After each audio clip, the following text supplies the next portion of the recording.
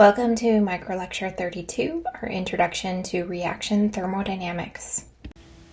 Okay, so the discussion of reaction thermodynamics is one of deciding how favorable a reaction is going to be. And we've thought of this before when we think about equilibrium and whether a reaction will proceed as written or not. So we're going to be talking a lot about stabilities, something we've also thought of before. So, back to the questions of which one is more stable. So reactions will always proceed from less stable to more stable, if possible, unless there's some other force involved that prevents that from happening. So we'll also be thinking about enthalpy. Enthalpy is H. We're going to be measuring change in enthalpy, so delta H for bonds, for example, could be in the form of bond dissociation energies. In general, just the heat of a reaction would be enthalpy. So these are energies that are associated with bond strengths and energies that are associated with chemical reactions. Entropy, or S, is the amount of disorder. We're going to be measuring or talking about qualitatively change in entropy.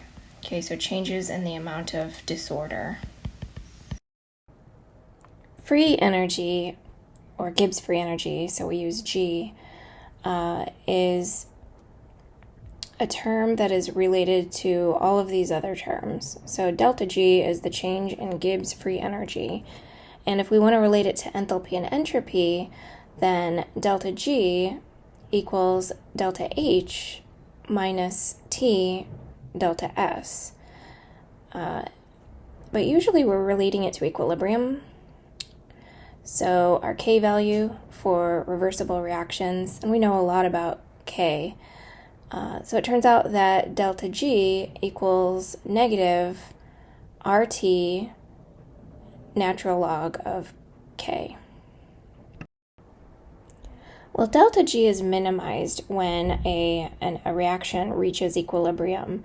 So if a reaction is not at equilibrium, then delta G is either going to be very positive or very negative.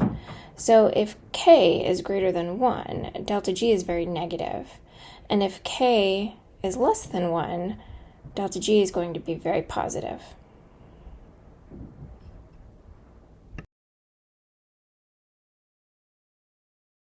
Okay, so let's talk about enthalpy.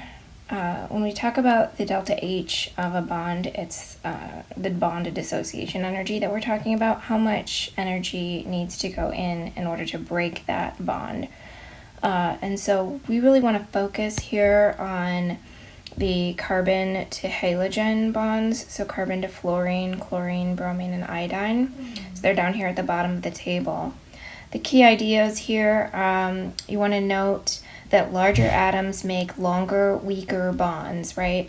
So we have, in comparison in the reactants, a carbon to bromine bond, and in the product, a carbon to chlorine bond. So chlorine is the smaller atom. It makes a shorter bond to carbon, and therefore it is a stronger bond. And bromine is the larger atom, therefore it's going to make a longer bond, and therefore it is a weaker bond, easier to break. So this reaction is going to be exothermic because we are breaking weaker bonds in order to make stronger bonds. All right, so I would say that this reaction is exothermic based on what we know of bond dissociation energies. All right, and the topic of entropy, change in entropy, delta S, has to do with disorder. And we can really just count up reactants and products in order to qualitatively analyze these reactions. If the delta S is greater than 0, that means that you have more products than you did reactants, and that's why there's more disorder. Okay, so on the first reaction, we have 2 reactants and 1 product, and so in this case, the delta S is less than 0. Okay, we decrease the level of disorder when we decrease the number of species in the reaction. The next one has 2 reactants reacting to give 2 products. So here, delta S, the change in entropy, is going to be about equal to 0. And then lastly, we've got 1 reactant and 2 products. And these are all reactions that eventually you'll cover in organic chemistry, but for now you don't have to worry about the reactions. We're just qualitatively analyzing them. So more products than reactants means the change in entropy is greater than 0. The entropy has increased through the course of the reaction by creating more species. One last note here is that the reactants do not have to be, separated by a plus on one side of the reaction arrow. Sometimes your reactants are written on the reaction arrow. So here's a situation where it might look at first like you have 1 reactant, but you actually have 2 reactants. Okay, and you have 1 product, and so delta S is less than 0. Entropy is decreasing here. Okay, so when we're talking about Gibbs free energy, we are talking about both enthalpy and entropy changes. Note how entropy ties into all of this is that if the entropy is negative, so there is a decrease in disorder and we're making fewer products, for example, then this whole term can become positive and overcome the enthalpy change. So let's say that there was a negative enthalpy associated with a reaction. We would suspect that it would be favorable. All we know is that it's exothermic because delta H is negative. But in fact, if the positive value of the term T delta S is larger than that negative value, that is, this whole term is more positive than delta H is negative, then the reaction becomes actually unfavorable, even though we would predict that it would occur according to what we know about the enthalpy of the reaction. You see, so reactions can be a number of things. They can be exothermic, meaning that they have a negative delta H, and favorable, so they have a negative delta G. They can be exothermic and unfavorable with a positive delta G. They can be endothermic with a positive delta H and favorable, and they can be endothermic unfavorable. So what we're going to look at here are a couple of situations where we have a negative delta G and therefore the reaction is favorable, and where we have a positive delta G and therefore the reaction is unfavorable.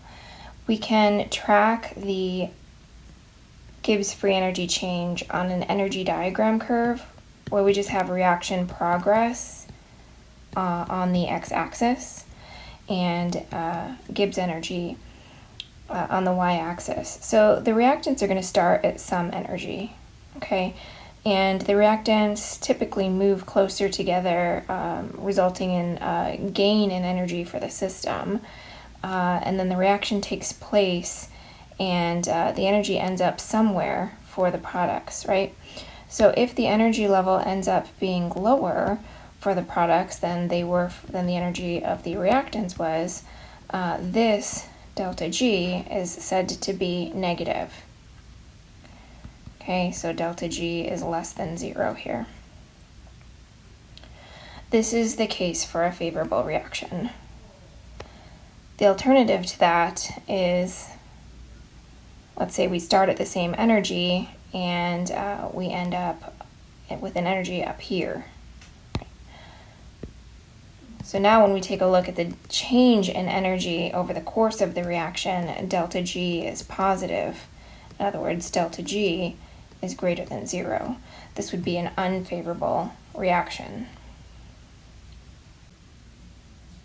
So the last little bit is to kind of relate that to what we already know about equilibrium. We know that when a reaction can proceed in forward or reverse direction, we can have three situations. Okay, we can have K equals 1, okay, where the forward and the reverse reaction are equally favored. We can have K greater than 1, where the forward reaction is favored. So I'll say forward favored. And we can have K less than 1, where the reverse reaction is favored. And being that we always want to go from a higher energy to a lower energy, we can correlate that with energy reactions on an energy scale that is Gibbs free energy. So when the forward reaction is favored, what we're saying there is that delta G is less than 0. We're saying delta G is greater than 0 if the reverse reaction is favored. So we're just predicting the direction of a reversible reaction here. And so let's do an actual reaction and kind of make these predictions based on what we understand of stabilities. So let's do an acid-base reaction. Okay, so I'm going to have acetic acid with a pK of 4.75 reacting with a molecule of ethoxide, which is a very strong base, and it's undergoing an acid-base equilibrium with these products. So we would form the carboxylate salt here, and we would form an equivalent of ethanol. Okay, ethanol has a pKa of about 16, if you recall. And so we would expect, based on pKa values, we would expect the K value to be greater than 1 here. All right, so we expect the reaction to go from small pKa, or high energy, more reactive, to larger pKa, which is a lower energy state, less reactive. Right, so we expect it to be favorable in the forward direction, and that would correlate with delta G being less than 0. And we would also describe this reaction, since it's favorable in the forward direction, as being exergonic. Okay, so going back to our energy scale, exergonic means favorable in the forward direction. So whenever delta G is less than 0 or negative, the reaction is favorable in the forward direction. The opposite of that is endergonic, where the reaction is actually unfavorable in the forward direction. It would prefer to go in the reverse direction. So we want to be able to correlate equilibrium constants with delta G values, and then an assessment of favorability of the reaction, which would be exergonic or endergonic.